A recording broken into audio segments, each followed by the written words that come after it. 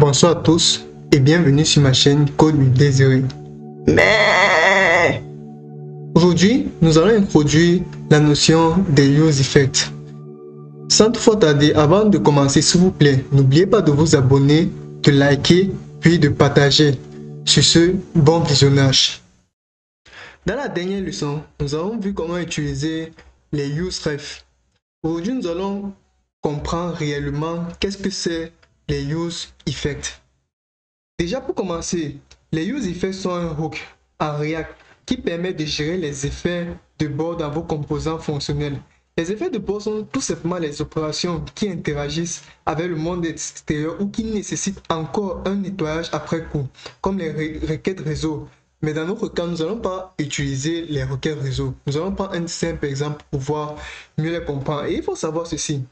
Lorsque on passe un tableau de dépendance vide à notre requête use, à notre hook use effect, l'effet ne s'exécutera rien qu'une seule fois après le montage initial du composant. Tout ceci, on va essayer de mettre en pratique pour mieux expliquer ce que cela signifie. Déjà pour commencer, nous allons effacer tout ce que nous avons fait sur le useref la dernière fois. Donc nous allons l'effacer et il ne faut pas oublier qu'il faut lancer votre serveur. Donc maintenant, ce que nous allons faire, nous allons venir importer. Déjà, nous allons d'abord voir avec le useState et comprendre mieux le hook useEffect. Quelle est sa particularité comparée à useState qu'on utilisait habituellement. Donc ici, nous allons importer React. Nous pouvons même laisser React. Nous allons tout simplement importer useState et useEffect. Nous allons l'importer les deux. Puis, ça dérange un peu. Puis nous allons créer notre fonction. Notre fonction, qu'on va l'appeler app. Puis, nous allons l'exporter.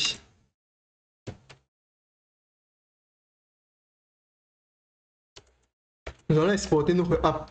À ce niveau, nous allons essayer de créer sur notre interface 3 différents boutons. Ce que nous allons faire, nous allons essayer de comprendre pourquoi c'est important d'utiliser les use effects. Il faut savoir aussi que les use effects, lorsque le même élément est exécuté, il ne va pas réexécuter la même chose, qui permet de faire en sorte que les ressources sont économisées. Et sur un gros projet, il est très important car il va empêcher non seulement des bugs inutiles, mais la rapidité et la fluidité du projet lancé. Donc du coup ici, nous allons venir créer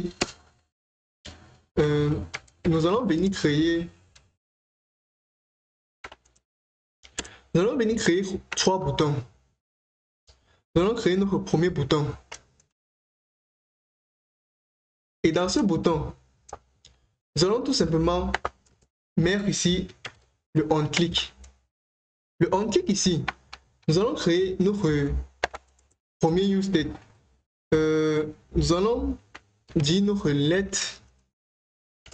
Et là, nous allons mettre un carreau. À l'intérieur, nous allons mettre notre modifier valeur.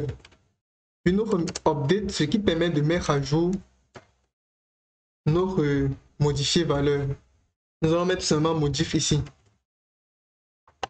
Nous allons dire égal à useState. Comme on a vu déjà dans les leçons précédentes. Ici, nous allons donner par défaut la valeur par défaut. Ici, nous allons donner la valeur par défaut accueil. Tout simplement. Là, à ce niveau, nous allons venir créer notre fonction directement ici à l'intérieur. Notre fonction, nous allons ouvrir et nous allons créer notre fonction. À ce niveau, qu'est-ce qu'on veut? On veut que le update modif, lorsqu'on clique sur ce bouton, nous voulons, ici nous allons mettre accueil. Nous allons écrire le message accueil ici. Nous voulons que le modif valeur, cette modif valeur, prend la donnée de accueil lorsqu'on clique sur ce bouton. Donc, qu'est-ce que nous allons venir faire ici? Nous allons venir mettre notre update, modif. Et à l'intérieur, nous allons venir tout simplement mettre accueil.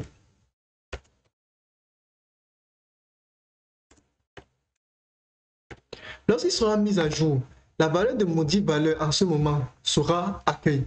Nous allons faire la même chose pour 3 autres boutons. Donc nous allons copier ceci 3 fois. Nous allons changer.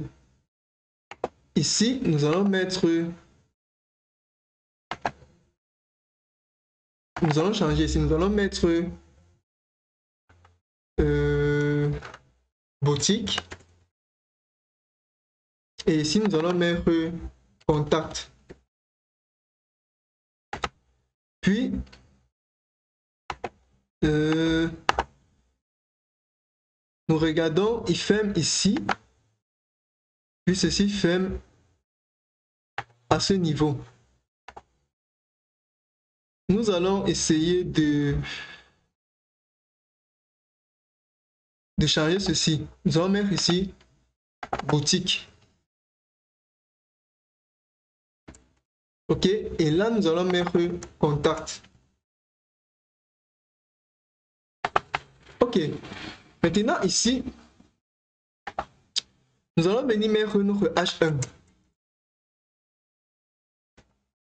Et le H1 ici, nous allons venir mettre notre modifié valeur.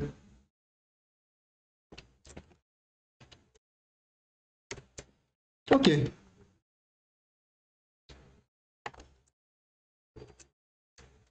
Nous allons venir mettre notre div ici. Nous allons couper ceci et venir mettre ceci à la fin. OK. Il n'y a plus d'erreur. Maintenant, ce que nous allons faire, nous allons venir sur notre écran, voir ce qui s'affiche.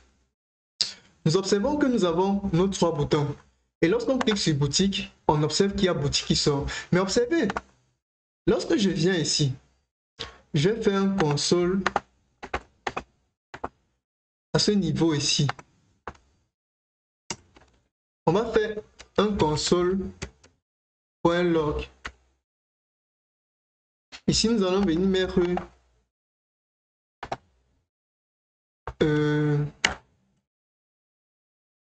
éléments affichés. Nous allons revenir actualiser. Lorsqu'on clique, on observe que ça nous affiche éléments affichés. Si on continue, on observe toujours éléments affichés.